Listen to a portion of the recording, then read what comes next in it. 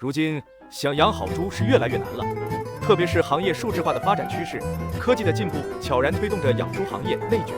大中型规模化养猪场，猪只数量多，无法实时掌握动向。传统人工喂料工作量大，且精准度不够，饲料浪费严重，饲喂时差还会导致母猪应激，影响生产成绩。那么该如何解决这些发展难题呢？实现降本增效是解决方法之一，这就要依托智能化设备对猪场进行改造。在保育育肥阶段，可使用智能周料器，设备精准下料，水料比可调，实现节约饲料，提升采食量及保育猪成活率。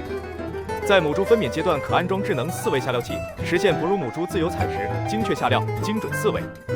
妊娠阶段可配备母猪小群养电子饲喂站，实现妊娠母猪的群养和个体精细化饲喂管理。